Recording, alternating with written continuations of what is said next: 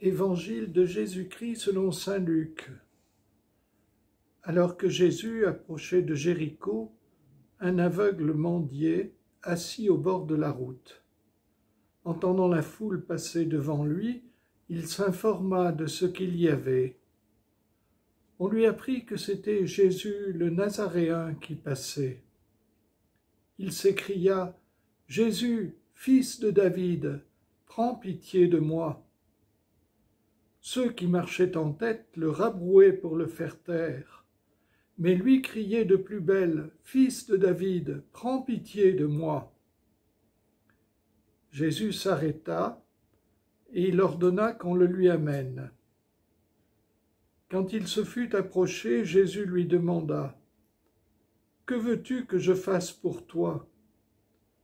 Il répondit : « Seigneur, que je retrouve la vue. » Et Jésus lui dit : « Retrouve la vue, ta foi t'a sauvé. » À l'instant même, il retrouva la vue et il suivait Jésus en rendant gloire à Dieu.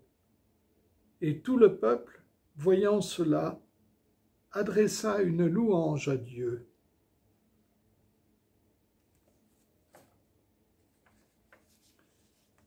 Jésus vient d'annoncer sa passion aux disciples.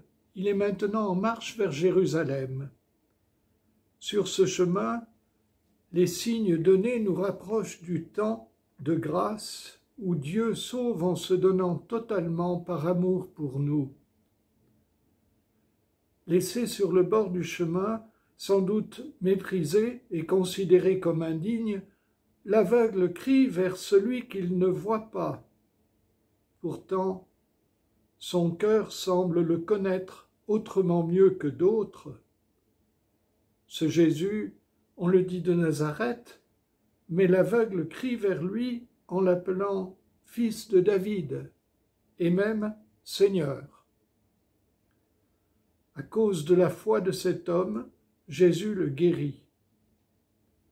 Déjà, on entre dans le temps nouveau où beaucoup, même les plus délaissés, reconnaîtront le Christ ressuscité comme le Seigneur, Dieu qui sauve et rassemble les siens dans son amour. À l'instant où il retrouve la vue, le mendiant de Jéricho devient disciple. Il se met à suivre Jésus en rendant gloire à Dieu. Pas tout seul. En voyant cela, dit saint Luc, le peuple adressa une louange à Dieu. Dieu ne fait pas de nous des disciples sans faire de nous les membres de son peuple, le corps du Christ.